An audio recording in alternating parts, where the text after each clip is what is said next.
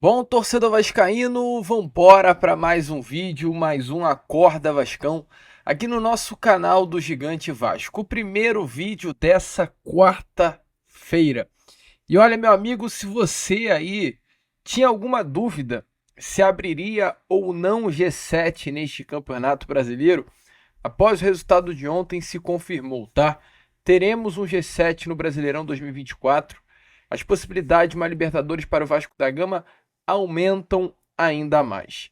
E a gente, é claro, vai falar sobre isso aqui com vocês nesse primeiro vídeo de quarta, trazer aí, né, um resumão de tudo que aconteceu nessa terça. Temos novidades também quanto à situação aí da Vasco da Gama SAF, um processo judicial que recentemente foi aberto e temos novidades aí quanto a isso, novidades importantes para que o Vasco possa se reestruturar fora das quatro linhas. Um Vasco forte dentro de campo é um Vasco, perdão, estruturado fora de campo. A gente vai falar sobre isso, trazendo inclusive palavras aqui do CEO Carlos Amodeu sobre toda essa situação. Além dessas, meu amigo, muitas outras novidades, muitas outras informações nesse Acorda Vascão que chega aí bastante movimentado, bastante agitado para vocês nessa manhã de quarta-feira. Porém, é claro, antes de começar o vídeo, né, antes de deixar todos vocês muito bem informados sobre o nosso Cruz Maltino, como sempre faço aqui no canal, quero dar as boas-vindas a todos vocês que estão chegando aqui ao nosso canal pela primeira vez. Para quem ainda não me conhece, vascaíno, muito prazer. Eu sou o Lucas e você está no canal do Gigante Vasco, o canal do torcedor vascaíno. E é claro, né, Vascão? Você que está aí do outro lado e ainda não é um inscrito do nosso canal, venha logo aqui embaixo, onde temos essa palavrinha, inscreva-se, aperte nela e já venha fazer parte da nossa família. Agradecer, é claro, a todos pelo apoio, pela ajuda que vocês dão aqui ao nosso canal. Realmente, a sua ajuda, ela ajuda demais o nosso crescimento. Nós estamos aí nessa meta de chegar agora aos 141 mil inscritos e faltam menos de 50 pessoas. Então, se você está aí do outro lado e ainda não é um inscrito do nosso canal, vem agora aqui embaixo e já ajude, né, o nosso trabalho com a sua inscrição. Além disso, curta, comente, ative o seu sininho de notificação, venha cada vez mais fazer parte da família canal do Gigante Vasco aqui no YouTube. Show, vascaíno! Vambora então, sem muita enrolação, falar, é claro, logo de Vasco da Gama. A começar aqui primeiramente com vocês esse Acorda Vascão, falando sobre Brasileirão, tá?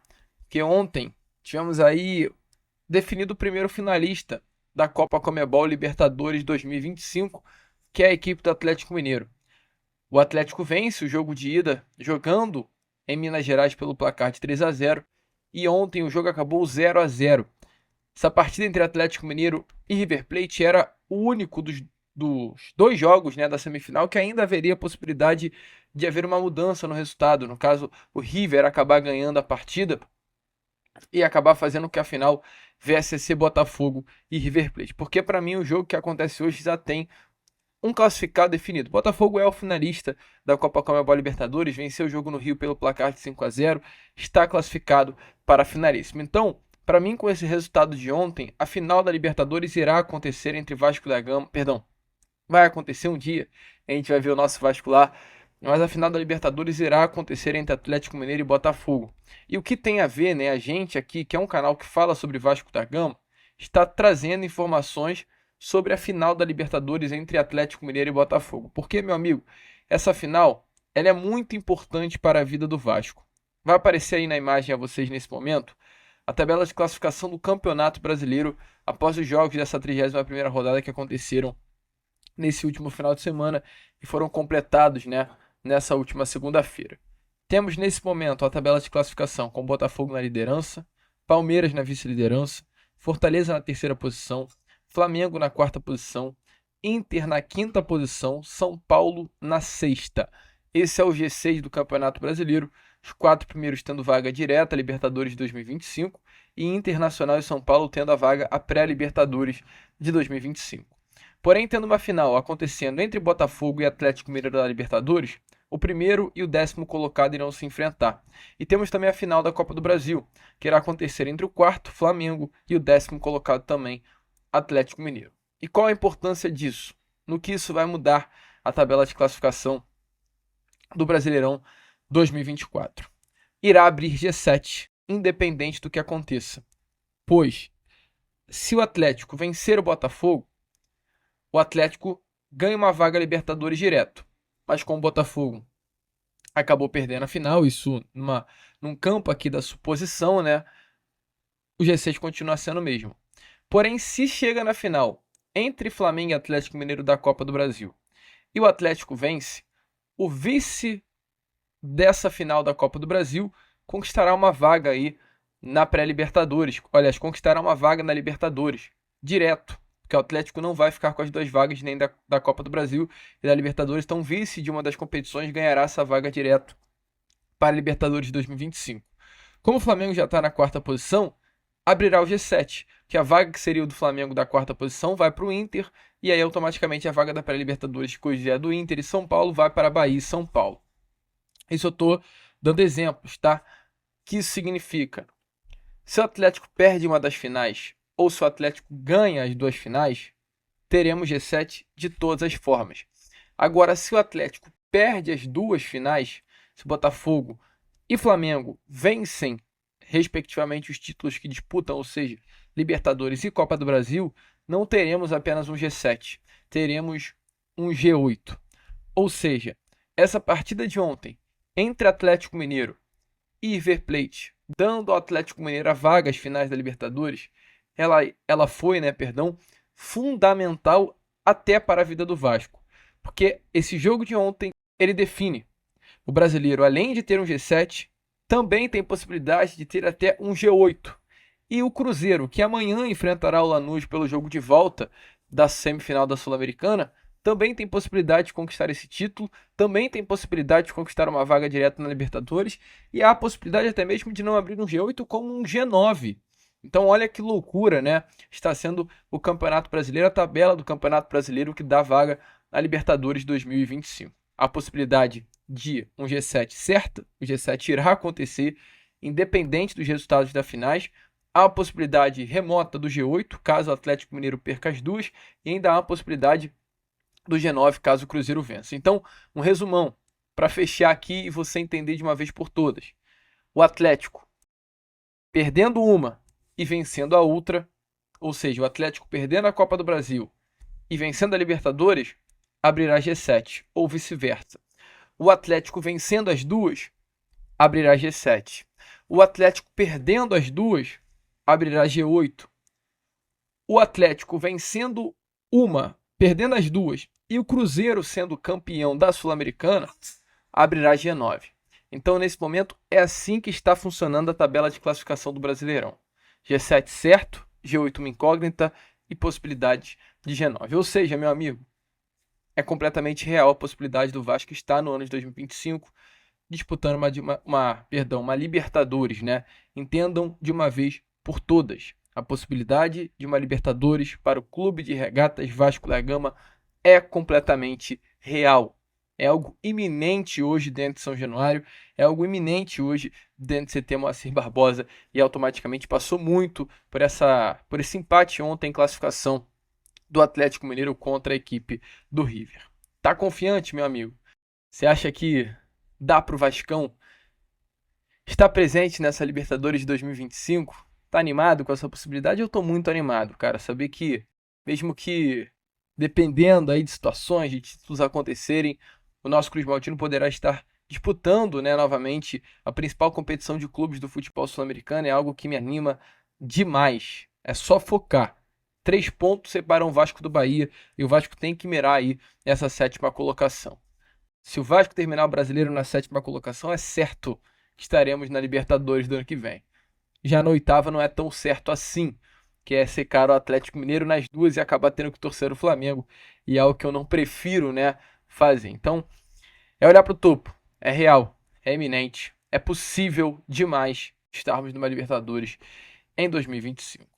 E prosseguindo aqui com o vídeo, como a gente trouxe lá na introdução, ontem tivemos aí uma novidade quanto à reestruturação financeira do Vasco da Gama. E que novidade é essa? Ontem foi-se confirmado que o juiz Paulo Assed Stefan, da 4ª Vara Empresarial aqui do Rio de Janeiro, o mesmo juiz, né, que alguns meses atrás ele deu decisão favorável ao Vasco da Gama contra a empresa norte-americana e devolveu ao Vasco o controle da Sociedade Anônima do Futebol Cruz Maltina, ele ontem suspendeu, pelo prazo dos próximos 30 dias, todas as execuções e cumprimentos de sentença contra o Vasco da Gama e a Sociedade Anônima do Futebol que gere o futebol Cruz Maltino. Essa decisão dada pelo juiz Paulo Sede Stefan, ela atende a um pedido que o Pedrinho fez recentemente diante de muitas cobranças que vem chegando à porta do Clube de Regatas Vasco da Gama e à porta também da Vasco da Gama SAF. Internamente se entende que todas as cobranças dessa herança deixada pelo grupo norte-americano no Vasco e pela gestão do Jorge Salgado, elas podem afetar as atividades desportivas do Vasco a um ponto de fazer com que o Vasco se torne um clube insustentável, que o Vasco fale, né, assim, financeiramente, chegue a uma falência financeira, asfixiando completamente as contas do clube e não tenha condições de sustentar. Então, como isso o Vasco teme que aconteça, o Vasco foi até o juiz Paulo Sede Stefan, colocou, né, toda essa situação na mesa e a decisão foi atendida. A decisão, ela diz ainda assim, olha, entre aspas, a gente, é claro, vai ler as aspas aqui a vocês. Está claramente demonstrada a dificuldade financeira pela qual as requerentes estão passando, no caso, as requerentes o Vasco, bastando uma simples leitura da inicial. E por que não dizer, remunerar-se as notícias ultimamente veiculadas pelo jornalismo. Nesse momento a situação é essa, meu amigo. A direção do clube social, a direção do CRVG tem a seu favor a liminar que retirou, né, os poderes do grupo norte-americano diante de toda a insegurança financeira demonstrada pela antiga parceira da SAF Cruz Maltina. Além dessa informação que a gente traz aqui agora a vocês, dessa liminar que suspende, né, execuções por 30 dias, o que são execuções, só para exemplificar, são dívidas que cheguem à porta do Vasco, são credores que cobrem valores do Vasco, clubes que possam estar cobrando grana do Vasco, tudo isso a justiça suspendeu pelos próximos 30 dias, então pelos próximos 30 dias o Vasco está isento de qualquer tipo de execução judicial contra o Cruz Maltino.